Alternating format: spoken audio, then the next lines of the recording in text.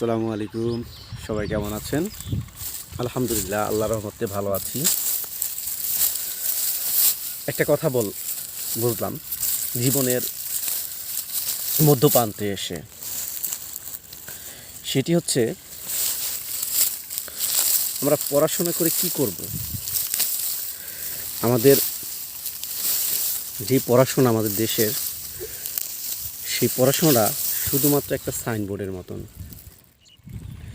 এটা শুধু মানুষ দেখিয়ে যায়, হয়তোবা প্রয়োজনে একটু পড়ে, কিন্তু কোনো কাজে লাগে না।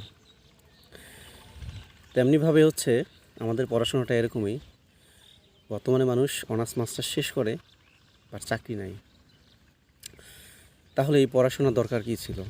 প্রতিটা বছরে একটা স্টুডেন্টে, একটা ছাত্ররে ধাপে ধাপে উপরে প্রমোশন দেওয়া দরকার কী ছিল? যেহেতু আমাদের দেশে চাকরির ব্যবস্থা নাই, সুতরাং তাদেরকে প্রমোশন না দিয়ে বরঞ্চ যতটুক স্টুডেন্ট চাকরি দেওয়া যাবে, হয়তো বা তার অর্ধেক রাখে।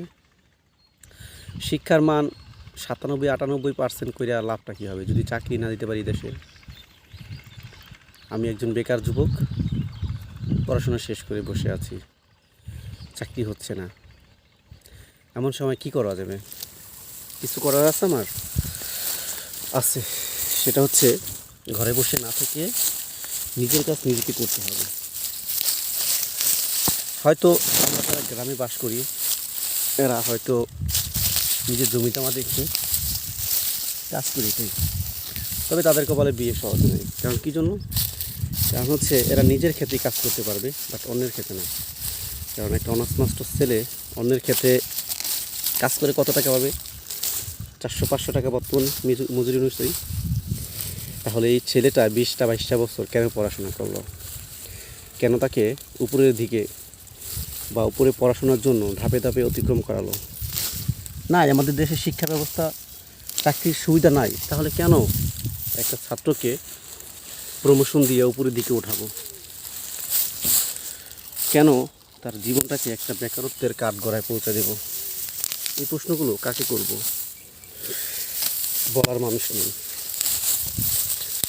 এই পর্যায়ে একটা ছেলে তার পরিবারের হাল ধরে। এমন একটা পর্যায়ে এসে গেছি যেখানে পরিবারের হাল ধরা তো দূরের কথা, নিজের পকেট খরচটা চালানো খুব কষ্টকর হয়ে যায়। এই পরিস্থিতিটা কাউকে বোঝানো যায় না এবং কাউকে এর ব্যাখ্যাও দেওয়া যায় না। তবে হ্যাঁ, আমার মতো যারা একজন বেকার যুবক আছে, শুধু সেই কষ্টটুকু বুঝবে যে বেকার হয়ে বাঁচা যে কত কষ্টের। চাকরির বাজারে চাকরি ঘুরছে, সেক্ষেত্রে চাকরি হচ্ছে সোনার হরিণ, ধরা ছোঁয়ার বাইরে, সহজে ধরতেছে না। কিন্তু সবাই ভাবে হয়তো বা বেকার বসে বসে খেতে ভালোই লাগে সবার। এটা পরিবার বলো, অন্য লোকজন বলো, সবারই একই অবস্থা।